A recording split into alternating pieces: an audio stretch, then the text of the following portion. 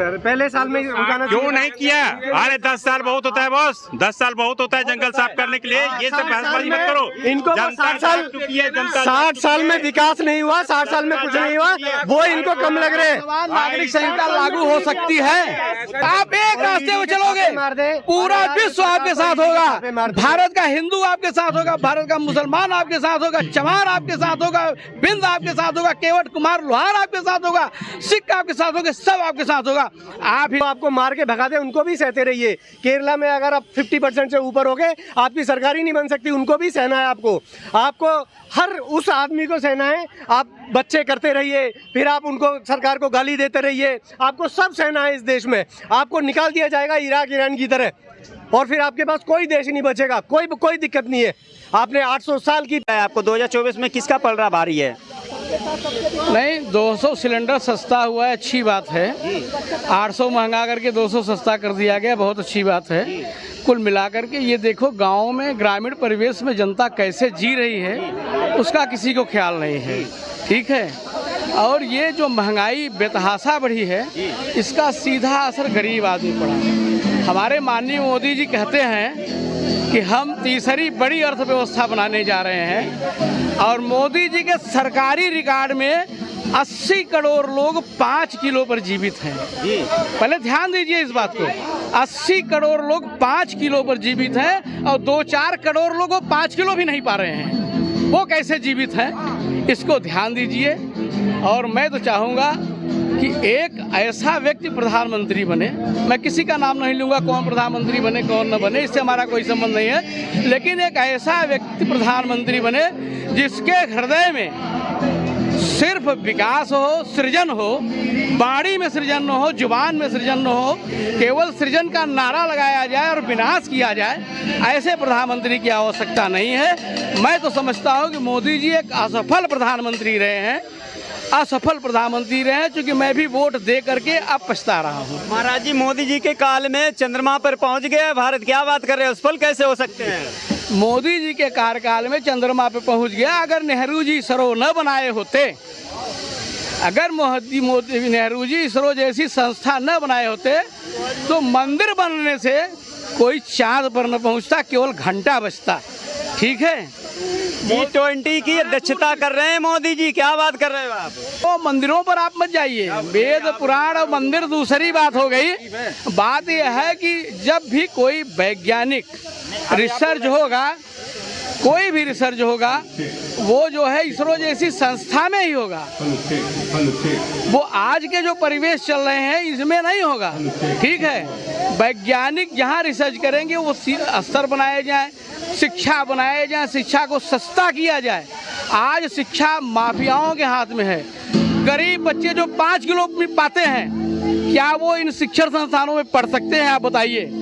80 करोड़ लोग 5 किलो पाते हैं, 5 किलो वाले अपने बच्चों को इन शिक्षण संस्थानों में पढ़ा सकते हैं, जहाँ 8,000-10,000 रुपये महीने फीस लग रहा है। आप किस विकास की बात कर रहे हो, किसकी बात कर रहे हो? अध्यक्षता करना, अभी अफ्रीका में देखा गो बैट मोगी के नारे लग रहे थे, आपने देखा? तो पत्रकारों हमें कहने तो कुछ लोग नारे लगाते हैं ऐसे, तो कुछ लोगों के कहने से 140 जी मुझे नहीं समझ में आ रहा है। इंडिया में विरोधी होंगे तो मैं मानूंगा राजनीतिक विरोध हो सकता है, लेकिन विदेशों में क्यों विरोधी हो रहे हैं, विदेशी क्यों विरोधी हो रहे हैं, ये भी बातें होती है ना। सबसे कुल मिलाकर के इस देश को स्वस्थ राष्ट्र बनाना है तो स्वस्थ मानसिकता का निर्माण करना होगा। बहुत हो चुका हिंदू मुसलमान, बहुत हो चुका सिख ईसाई, बहुत हो चुका। अब कुछ विकास की बातें हो, कुछ सृजन की बातें। सवाल यही है कि विकास कर कौन सकता है, कि कर कौन सकता है? ऐसा कौन सा नेता है भारत में जो भारत का विकास कर सकता है? बस वही नाम मुझे जानना है। जो व्यक्ति अक्षरशः संविधान का पालन करेगा, क्योंकि जो हमें आज़ादी के बाद संविधान मिला है, अगर हम उसके रास्ते पर चलेंगे और सही रास्ते पर चलेंगे, संविधान में लिखे हुए अनुच्छेदों का अगर हम दुरुपयोग नहीं करना चाहेंगे, सदुपयोग के रास्ते पर चलेंगे, तो निश्चित रूप से हम एक विकसित राष्ट्र की कल्पना कर सकते हैं। इसके अलावा हम विकसित राष्ट्र की कल्पना नहीं कर सकते। हम तो कबीलाई दायरे में बढ़ रहे हैं। अब कबीला हो रहा है, हिंदू का कोई कबीला बन रहा है, चमार का कोई कबीला बन रहा है, मुसहर का कोई कबीला बन रहा है, मुसलमान का कोई कबीला बन रहा है, सिख का कोई कबीला। अरे हमें अब फिर आप 17वीं 14 16वीं शताब्दी में क्यों ले जा रहे हो, क्यों कबीलाई स्थिति में बांट रहे हो? हमें राष्ट्रीय भावनाओं से ओतप्रोत करना है तो हमें राष्ट्रीय भावना पढ़ाइए, हमें और कोई भावना मत पढ़ाइए। और राष्ट्रीयता यही है कि जो राष्ट्र के अंदर है वो सब इस राष्ट्र के भक्त हैं, इस राष्ट्र के प्रेमी हैं, और वो सब राष्ट्रीय हैं। उन्हें आप किसी को देशद्रोही, किसी को पाकिस्तानी, किसी को खालिस्तानी जो आपका विरोध करेगा उसे तरह तरह के आप शब्दों से नवाजोगे। यह प्रक्रिया ठीक नहीं है। आप देश में ही पाकिस्तान देख रहे हो, आप देश में ही दूसरा देश देख रहे हो, आप देश में ही बांग्लादेश देख रहे हो। क्या आपको लग रहा है कि देश में ऐसी स्थितियां नहीं हैं? देश में जो दंगे होते हैं वो क्या लगता है आपको पाकिस्तान जैसी स्थितियां नहीं उत्पन्न कर रही हैं? क्या बंगाल में जो बम फोड़े जाते हैं या मेवात में बम फोड़े जाते हैं, ऐसी कंडीशन में देश में पाकिस्तान जैसी स्थितियां नहीं बनी हुई? क्या लग रहा है आपको? इसका दोनों कंडीशन की अगर ईमानदारी से जांच कराया जाए, इसमें कौन दोषी है उस पर उंगली क्यों नहीं उठाया जा रहा? जांच तो बिल्कुल चल रही है उस पर। उस पर जांच चल रही है। जांच किस तरह से चल रही है? जांच एक वर्ग को प्रेक्षित करके कर रहा है, इंगित करके किया जा रहा है, जबकि सच्चाई क्या है आप भी अवगत हो, हम भी अवगत हैं। पहले जब मुसलमानों द्वारा जो है सड़कों पे मस्जिद पे नमाज पढ़ा जाता था, पहले जब मुसलमानों द्वारा जो है हल्ला बोल के जो है ताजिया निकाला जाता था तो समाज उन पे उंगली उठाता था। अगर आज वही काम हम कर रहे हैं तो यह समाज नहीं है, विश्व हमारे ऊपर उंगली उठाएगा। इसे कोई नहीं रोक सकता, इसे कोई नहीं रोक सकता, कभी नहीं रोक सकता। हम अब स्वयं दोषी हैं। आज हम जिस राष्ट्र निर्माण की बात करते थे, आज हम उस राष्ट्र विनाश की बात कर रहे हैं, उसके लिए हम स्वयं दोषी हैं। हमें इस दोष को मानना पड़ेगा। हम इसलिए दोषी हैं कि हम सत्ता से संरक्षित हैं। कोई अगर हमें जिंदाबाद के नारे लगा रहा है तो उसे लगाने दिया जाए। भाई साहब का कहने का मतलब ये है, अगर पाकिस्तान जिंदाबाद के नारे लगाने दो, अगर दिल्ली जो पाकिस्तान जिंदाबाद जो पाकिस्तान टुकड़े हो गए के नारे लगा रहे हैं, हमें उन्हें लगाने देना चाहिए, क्योंकि ये भारत है ही इसलिए। हम लोग सदियों से पिटते आए हैं, सदियों तक पिटते रहेंगे। इनका भाई साहब का मानना भी यही है कि भैया जैसे गुलाम बने थे गुलाम बने रहो, तुम्हारा अधिकार है ही नहीं आजाद होने का। ये भैया कुमार जितने मजे में बीते हमारा टाइम, कितना मजेदार हमारे 600-700 साल निकल गए। अब आज फिर से तुमने अपने अधिकारों के लिए लड़ना शुरू कर दिया। क्यों भाई? जब ये संविधान में नहीं लिखा है कि भारत में एक मिनट ये भारत संविधान में नहीं लिखा है कि भारत में कोई पाकिस्तान जिंदाबाद के नारे लगाए या पाकिस्तान का कोई झंडा लहराए। इस समय हमारे देश का शासक कौन है? मोदी जी हैं। उस कन्हैया कुमार को पकड़ के अंदर क्यों नहीं कर रहे हैं? क्यों नहीं कर रहे हैं? क्यों नहीं कर रहे हैं? क्यों समर्थन कर रहे हैं उसका? ऐसे अपराधी व्यक्ति ऐसे अपराधी व्यक्ति को जेल में, ऐसी को जमानत पे भी नहीं, कन्हैया कुमार को क्यों नहीं अंदर किया जा रहा है? भी तुम्हारे ही होते हैं, क्यों नहीं अंदर के? दर्द भी तुम्हारे। अभी राजस्थान में, अभी मध्य प्रदेश में जो है इन्होंने अजीत पवार के ऊपर कहा कि 71,000 करोड़ का अपराधी भ्रष्टाचारी जेल जाएगा, और दूसरे दिन माला पहना के उप मुख्यमंत्री बना रहे हैं। किस तरह का शासन चल रहा है? किस तरह की व्यवस्था चल रही है? भ्रष्टाचार पर आप एक्शन लेंगे, जो कांग्रेस से भाजपा में चला जाएगा, जो सपा से भाजपा में जाएगा, वो भ्रष्टाचारी नहीं है। बिल्कुल भ्रष्टाचारी। क्यों भ्रष्टाचारी पे खिलाफ कार्रवाई नहीं हो रहा? उप मुख्यमंत्री क्यों बनाया जा रहा है? आप एक रास्ते में चलोगे, पूरा विश्व आपके साथ होगा। भारत का हिंदू आपके साथ होगा, भारत का मुसलमान आपके साथ होगा, चमार आपके साथ होगा, बिंद आपके साथ होगा, केवट कुमार लोहार आपके साथ होगा, सिख आपके साथ होगा, सब आपके साथ होगा। आप ही दोहरी राजनीति कर रहे हो, और दोहरी राजनीति कभी समाज नहीं था। और द्वंद्ववाद पर आप चलोगे तो द्वंद्ववाद आपको ही विनाश के रास्ते पर ले जाएगा, दूसरे को विनाश के रास्ते पर नहीं ले जाएगा। दोहरी राजनीति की बात राजनीति कर रहे हैं। अफगानिस्तान से सिखों की जो वो वहां से लाए, उन्होंने गुरु ग्रंथ साहिब को लाए, ये दोहरी राजनीति कर रहे हैं। सिखों के लिए वो आदमी गुरुद्वारे में जाता है, मौलवियों से मिलता है। कहाँ दोहरी राजनीति कर रहा है भाई? कौन से धर्म से वो आदमी नहीं मिल रहा है?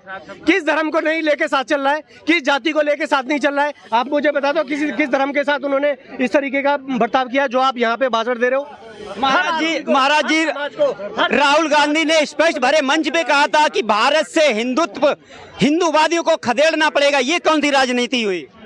उन्होंने कहा मैं हिंदू हूँ, हिंदुत्ववादी नहीं हूँ।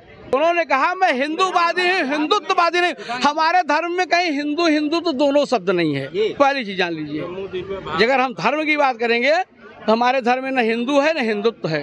हमारे धर्म में सनातन धर्म है, और सनातन का मतलब होता है वो मानव मात्र की बात करता है, जीव मात्र की बात करता है, न हिंदू की बात करता है, न मुसलमान की बात करता है, न सिख। अब वसुधैव कुटुंबकम, पूरा विश्व, पूरा मानव समाज, और यह हमारा उत्तरदायित्व है, क्योंकि सदियों से जब सभ्यता का निर्माण हुआ है तब सनातन धर्म जागृत हुआ है। सनातन धर्म पूरे विश्व को लेके चला है और पूरे विश्व में सनातन की छाप थी। जब हम अपने धर्म का संकुचित प्रयोग करना शुरू कर दिए हैं, उसीलिए हम धीरे धीरे संकुचित होते चले जा रहे हैं। सब बदलता है। जी आपसे आखिरी सवाल, हर एक का जो है आपके सामने हर एक धर्म का समय संवत आपको मालूम है, लेकिन क्या सनातन धर्म का समय संवत आपको मालूम है? मालूम है आपको? समय संवत कहीं मालूम है? नहीं, कोई समय नहीं है। हाँ तो ये कोई नहीं है ना, कोई नहीं है ना। तो ये बाद में जो चीजें पैदा हुई हैं, किसके वजह से पैदा हुई? हमारे अंदर कुछ बुराइयां आई होंगी तभी तो पैदा हुई है, नहीं तो सभी तो एक था, सारा समाज था, सारा मानव एक था। वसुधैव कुटुंबकम का नारा हमारे ही धर्म में लिखा गया, किसी और धर्म में नहीं लिखा गया था। हमारे ही धर्म में लिखा गया था वसुधैव कुटुंबकम। तो वसुधैव कुटुंबकम हमारा क्यों बिखरा? क्योंकि आपने आवाज उठानी चालू कर दी ना। आपने बोल दिया, अरे कैसे भारत तोड़ोगे नारे लगा दोगे आप। आपने आवाज उठानी चालू कर दी, इसलिए वो वसुधैव कुटुंबकम का नारा वो आज गलत साबित हो रहा है। आप उनको भी सहते रहिए, जो आपको मार के भगा दे उनको भी सहते रहिए। केरला में अगर आप 50% से ऊपर हो गए, आपकी सरकार ही नहीं बन सकती, उनको भी सहना है। आपको हर उस आदमी को सहना है। आप बच्चे करते रहिए, फिर आप उनको सरकार को गाली देते रहिए, आपको सब सहना है। इस देश में आपको निकाल दिया जाएगा इराक ईरान की तरह, और फिर आपके पास कोई देश नहीं बचेगा। कोई दिक्कत नहीं है। आपने 800 साल की प्रताड़ना झेली, कोई दिक्कत नहीं है। आप इसी लायक थे, इसी लायक हो, इसी लायक रहोगे। अगर आप आवाज उठाओगे तो ऐसे ही लोग हमारे समाज से निकल के ऐसे ही लोग आपको फिर घर आएंगे। महाराज जी आपसे एक सवाल आखिरी, भारत में जब प्रधानमंत्री जी यूसीसी लागू करने की मांग कर रहे हैं, पूरी कोशिश कर रहे हैं, तो विपक्ष इसका विरोध क्यों कर रहा है? देखिए, ये सत्ता पक्ष और विपक्ष की लड़ाई है। इस संदर्भ में सत्ता पक्ष और विपक्ष से ही पूछा जाए। आम जनता सिर्फ अमन चाहती है, अमन चैन चाहती है, और भारत में जितने भी लोग हैं वो भारतवासी हैं। किसी भी को इस दृष्टिकोण पे ही काम करना पड़ेगा, इसी दृष्टिकोण पर देश चलेगा। अगर विपक्ष गलत करेगा तो जनता विपक्ष के खिलाफ होगी। आप सही साबित करिए अपने आप को। सवाल कर रहे हो, आपने नहीं समझाया ना। माननीय महाराज जी को भी पता नहीं होगा कि यूनियन सिविल कोड क्या है, उसके सारे क्लॉज क्या है। बहसबाजी नहीं होनी चाहिए, समझदारी के साथ बहसबाजी होनी चाहिए। समझ रहे ना? अगर लागू करना है तो मोदी जी लागू करने दे। ये आडंबर करने की क्या जरूरत है, प्रपंच करने की क्या जरूरत है? लागू करो, सबके लिए होगा, मेरे लिए थोड़ी होगा, सबके लिए होगा। बिल्कुल, ये तो पूरे देश के लिए होगा। यूनियन सिविल कोड की, यूनिफॉर्म सिविल कोड क्या है, इसकी जानकारी पहले आप जनता को दीजिए। अगर जनता समझती है तो उसके बारे में आप सवाल कीजिए, तब इसके पहले आपको कोई राइट नहीं है, सब अधिकार नहीं है सवाल करने का। देखिए, ठीक है। तो क्या मोदी जी अगर इसको लागू कर रहे हैं तो मोदी जी गलत कर रहे हैं? मोदी जी को भी तो समझाना चाहिए। किसने का गलत कर रहे हैं? ये तो आप कह रहे हो कि मोदी जी गलत कर रहे हैं। अरे हम तो आपसे बात कर रहे हैं भाई, यूसीसी जो है क्या वो गलत है या सही? यूनिफॉर्म सिविल कोड इतना ही बढ़िया है तो भैया आपको 10 साल हो गए सरकार में रहते हुए, आप बार बार गुजरात की चुनाव से धमकी दे रहे हैं। आपने किया क्यों नहीं? करना चाहिए था ना आपको। 60 साल का जंग है, वो धीरे-धीरे क्यों नहीं किया? नहीं सर, पहले साल में क्यों नहीं किया? अरे 10 साल बहुत होता है बॉस, 10 साल बहुत होता है जंगल साफ करने के लिए। ये सब बहसबाजी मत करो। इनको 60 साल में विकास नहीं हुआ, 60 साल में कुछ नहीं हुआ, वो इनको कम लग रहे हैं। समान नागरिक संहिता लागू हो सकती है? मैं आपसे पूछ रहा हूँ, क्या समान नागरिक संहिता लागू हो सकती है? अगर लागू होगी तो सारे आरक्षण समाप्त हो जाएंगे। भाई साहब मैं बताता हूँ, तो एक मिनट, सारे आरक्षण समाप्त हो जाएंगे। आदिवासियों का जो अपना धर्म है वो समाप्त हो जाएगा, सिखों का अपना धर्म समाप्त हो जाएगा, हिंदुओं का अपना धर्म समाप्त हो जाएगा। धर्म समाप्त होने की कहां से बात? फिर समान नागरिक संहिता है। धर्म समाप्त की कोई बात ही नहीं। बड़ा खतरनाक है, ये अलग ही लेवल का। 2014 से पहले इन्वेस्टमेंट, पर्सनल इन्वेस्टमेंट बाहरी और घरेलू मिला के 30% था, और आज 2023 में 19% कम गया है, 19% कम गया। इसकी वजह, सबसे बड़ी वजह क्या है? इसका रिसर्च करो। ये यूनिफॉर्म सिविल कोड में भड़का के लोगों को कब तक चलोगे भैया? हिंदुस्तान पाकिस्तान करके कब तक चलते रहोगे? हिंदुस्तान पाकिस्तान कब तक करते रहोगे? कब तक मंदिर मस्जिद? आखिर धरातल पे आओगे भैया? भारत के अंदर पढ़े लिखे की तरफ बात करो यार, सवाल ऐसा करोगे जवाब देना बंद कर दे ये लोग। दुनिया चीन छोड़ के आ रही है, वो पता नहीं कहाँ से आंकड़े लाए। कौन सा अखबार साला ऐसा आता है इनके घर में जहाँ पे मोदी के खिलाफ जो भी चीज मोदी के खिलाफ है वो अखबार इनके घर आता है। दुनिया की सारी संस्थाएं कौन सी दुनिया मोदी विरोध, क्योंकि मोदी ने बनाया ना। जो भी सिविल कोड है, जो भी कानून है, मोदी बनाएगा, हमें विरोध करना है। समझे ना समझे, मोदी ने क्यों बनाया? चांद पे झंडा लहरा दिया भाई। उस मोदी बोले मोदी बोले, पहले पूरा हिंदुस्तान को बाद में संभालेगा, पहले मणिपुर को संभाल ले। एक छोटा सा राज्य उसे नहीं संभाल रहा है, लोग कह रहा मोदी मोदी। अबे क्या है मोदी? राहुल गांधी लायक नहीं है क्या? इतना एजुकेशन पढ़ा बंदा है, उसको कुछ समझ नहीं रहा है। संभाल के दिखाओ वहाँ पे पेट्रोल कैसे है, तेल कैसे है, वहाँ पे बात करो। कहाँ की बात? राजस्थान में, अरे राजस्थान में पेट्रोल डीजल का तेल कितना है बताओ ना। केंद्र भी लगा रखा भाई। क्या केंद्र सरकार नहीं, राज्य सरकार का अधीन आता है, राज्य सरकार का अधीन आता है। क्या बात कर रहे हो? वहाँ उल्टी सुलटी बात करते हो यार। हम 9 साल में जो हुआ है वो कभी नहीं हुआ है, आपको मानना पड़ेगा। 9 साल में तो देखिए, कभी 60 साल में नहीं हुआ था। गैस सिलेंडर 200 रुपए का। देखिए, लोग मोदी विरोधी कर करके विरोध कर करके उन्होंने अपनी पार्टी का सत्यानाश करा लिया। पतन हो रहा है उनका। हाँ, क्योंकि सच्चाई उनसे हजम नहीं होती है, और मोदी ने के सरकार ने जो काम किए हैं ना, वो काम उनको बच नहीं रहा है। एक बात कह रहा हूँ भैया, मणिपुर बोले थे भैया, खुल्ला खुल्ला मणिपुर में बोला। अपने पलटू चाचा से पूछिए क्या कहिए। अरे पलटू कौन चाचा? आपका चाचा पलटू? अरे छोड़ो, तुम्हारा चाचा होगा। मैं मोदी का बता रहा हूँ। चाचा यार तुम्हारा है, मेरी बात। मोदी सबको कर रहा है, मोदी सबको कर रहा है। अरे आँख खोल कर देखो बिहार में क्या हो रहा है। बिहार में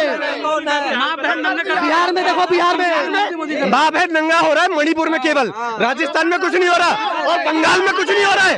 बंगाल में कुछ नहीं हो रहा है। नहीं बोलोगे, बलात्कार हो रहा है दिन दहाड़े, बंगाल में बलात्कार हो रहा। बिहार में चुको ना यार, ये अपना सारा बढ़िया। ये कैसे पॉसिबल है यार? सारी बराबर की बातें, सारी बातें बराबर की होनी चाहिए जिस सरकार के अंदर, चाहे वो कांग्रेस की हो बीजेपी की हो। गलत है, गलत है। देखिए, पब्लिक डिबेट है, यहाँ पे शोरगुल नहीं, यहाँ शोरगुल नहीं। सब लोग अपनी अपनी बात आराम से रखिए। जो आंखों के अंधे हैं, जिनके पर्दा पड़ा, उनको कुछ नहीं दिखाई देगा। उनको आंधी नहीं दिखाई देगा। भैया उत्तर प्रदेश में सब ठीक है, तारीफ करना जरा। उत्तर प्रदेश देखो क्या उत्तर प्रदेश में योगी जी ने भ्रष्टाचारियों को मिट्टी में मिलाने का काम किया है। चाहे विकास दुबे हो, अच्छा अतीत अहमद हो। मैं जातिवाद पे नहीं कह रहा हूँ, ठीक, जातिवाद की बात नहीं कर रहा हूँ ना। अतीत अहमद को कोई कहे मुसलमान ने मरवा दिया, अतीत अहमद को मरवा दिया मुसलमान ने। विकास दुबे पर हमन था, उसको भी मरवाया गया, ठीक। अत्याचार करने वाले को ऊपर वाला देख रहा है। और ये मणिपुर की बात कर रहे हैं, आँख खोल के थोड़ा दिमाग बिहार को देख लो, आँख खोल के बिहार को देख लो। उत्तर प्रदेश पे भाई साहब ने बोला कि दबंगों को मिटा दिया, ठीक है। योगी जी ने माफिया को खत्म कर दिया, ठीक है। योगी जी ने उसमें काम किया है, माफियाओं को खत्म किया है, जो माफिया थे खत्म किया है। लेकिन आज भी बहुत से ऐसे माफिया हैं जो योगी जी के साथ घूमते हैं। कहने का मतलब कि वो खुलेआम घूमते हैं, योगी जी के साथ तो नहीं, लेकिन खुलेआम घूमते हैं। माफिया क्या होता है? मैं नाम नहीं लूंगा, लेकिन हम पूर्वांचल से आते हैं, पूर्वांचल हमारा अपना जगह है, तो उस एरिया में आज भी माफिया हैं जो खुलेआम घूमते हैं, ठीक। तो उनके ऊपर भी कार्रवाई योगी जी को करनी चाहिए। और रही बात हमारी यूपी की, तो योगी जी के साथ में यूपी में कानून व्यवस्था पे चीजें जो है सुधरी हैं। ऐसा नहीं है कि नहीं सुधरी, कानून व्यवस्था सुधरी, उनके आने से सुधरी है, लेकिन पूर्णतः माफियाओं को वो खत्म करे तो हम लोग और गदगद होकर उनको वोट दें। क्या हाजी क्या कहना है आपका? यूपी में बता रहे कानून व्यवस्था सुधरी है। यूपी में कानून व्यवस्था बहुत सुधरी है। यूपी में चाहे भाई आइए, कहाँ रहते हैं यूपी में? मथुरा रहता हूँ, मथुरा। कैसी यूपी का? एक नंबर की व्यवस्था, कोई गड़बड़ी कुछ नहीं। लेकिन यूपी में कुछ ऐसी घटनाएं घट जाती हैं, जैसे यूपी में कुछ दिन पहले पुलिस वाले ने एक घर में घुस के लड़की को मार दिया, तो ये सब चीजें कंट्रोल होनी चाहिए। और रही बात चीजें हैं उन पर कंट्रोल अभी करना चाहिए ना। देखिए कानून व्यवस्था सुधरी है, लेकिन 100 में 100 उसको नहीं हम कह सकते ना, है 95 दे सकते हैं आप? नहीं 95 क्या बात करें, यूपी पुलिस 95, यूपी पुलिस थाने में चलिए, यूपी पुलिस। अरे भैया जहाँ जाता हूँ मैं, हरियाणा जाऊँ, दिल्ली जाऊँ या पंजाब जाऊं, योगी की मांग चल रही है, कह रहे हमें योगी चाहिए। क्या बात कर रहे हैं? योगी की मांग हम भी करते हैं, योगी की 22 में खुदे वोट दिए हैं, लेकिन हम योगी सुनिए, सरकार होती है, हम शिक्षित है, पढ़े लिखे हैं, अगर आर्टिकल पढ़ते हैं तो उसमें चीजें क्या गलत है और क्या सही है उस दोनों को देखना चाहिए। आप पढ़े लिखे हो तो चलिए अब आपसे ही बात करते हैं जी। सरकार की रही बात, तो सरकार को हमेशा डर लगना चाहिए कि जनता हमको गिरा देनी चाहिए। सरकार का मनोबल नहीं बढ़ाना चाहिए कि जनता हमको नहीं गिराएगी, उसको डर लगेगा तो वो काम करेगी। आप वोट देते हो अपना, आम जनता, आप वोट देते हो, आप आम जनता हो, तो क्या आपको इस बात का भी अधिकार होना चाहिए कि यदि सरकार गलत करे, चाहे वो